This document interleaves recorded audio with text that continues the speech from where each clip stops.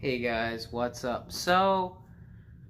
I kind of want to talk today about my high school experience, what was it like, and stuff like that. I have several stories to give you guys and several things to point out. I'll even leave uh, screenshots in the video of discriminatory dress codes and stuff like that. So my high school was very religious and it was a public school. So that's the thing. I've always hated that it was uh it leaned more towards Christians than anyone else. Anyone else could fuck off, pretty much. And uh if you weren't a follower of Christianity, many people outcasted you because 90% of the school was Christian. So during my time there, of course, this is for the entire school district. We prayed at pep rallies, which is a violation of separation with church and state. We played at football games, violation. In high school, there was a ban on anything pagan, pretty much, which is a violation. And thankfully, I got that removed after I was expelled for wearing an inverted cross and a pentagram ring. Yeah, the thing is, they were focusing more on the inverted cross necklace than my ring, which was bullshit. But I'll get to that in another video. So we all had a during lunchtime. Christians would bring, Christian preachers would bring in pizza, and you could have several classrooms reserved for Christianity for their teachings and stuff like that. And a friend of mine wanted to actually have his own thing reserved for Wicca. He was denied. Reason being, they believe his religion was toxic. Toxic, you say? Christianity is more toxic than Wicca, I believe. Because it says kill witches, kill gays, kill non-believers, all that stuff. And people say, oh, it was in the Old Testament. It doesn't matter. If the Old Testament doesn't matter, then you know what? The Ten Commandments don't matter. The creation story doesn't matter. Noah's flood doesn't matter. Adam and Eve doesn't matter. Cain and Abel doesn't matter. It's cherry picking. And of course, Christians say that because of the new covenant, there was no new covenant. Jesus literally said to follow Old Commandment laws. So that's the thing. You can't say that the Old Testament doesn't matter and cherry pick these certain things that do. If the Old Testament doesn't matter, the entire book has to go. So that's the thing. And he stated this. He stated several verses and stuff like that. He stated the exact same thing I did. And they said, no, we don't believe in your religion. We believe it's toxic. We believe it's satanic. We believe it condones rape and all this, when Christianity did and Wicca doesn't. But that's a stupid thing. But the thing is, he asked the vice principal, which I still hate her to this day.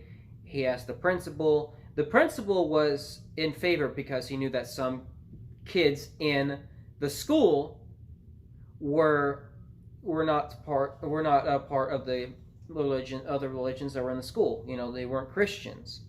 So the thing is, what was the problem is the superintendent would not allow it. And of course, this started a big lawsuit. And sadly, the judge was Christian. He didn't know what the fuck he was doing. He had to call the ACLU. The ACLU stepped in and said, "Hey, if you're going to do this, if you're going to do this Christian thing, you got to do this Wicca thing if a student wants it to happen. Otherwise, you have to stop doing this Christian thing." And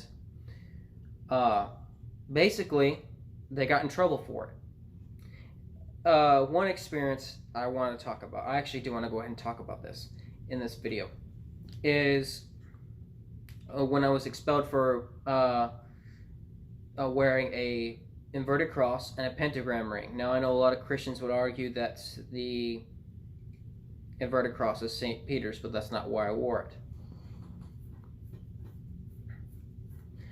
But that's a different story. Basically, the cross was handed to me by a friend on his deathbed, pretty much.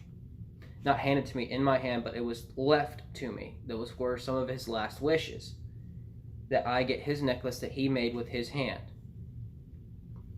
And the vice principal did not like that.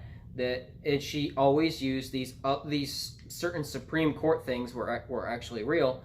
And so I had to always call the Freedom from Religion Foundation. They sent order after order after order after order saying, change this.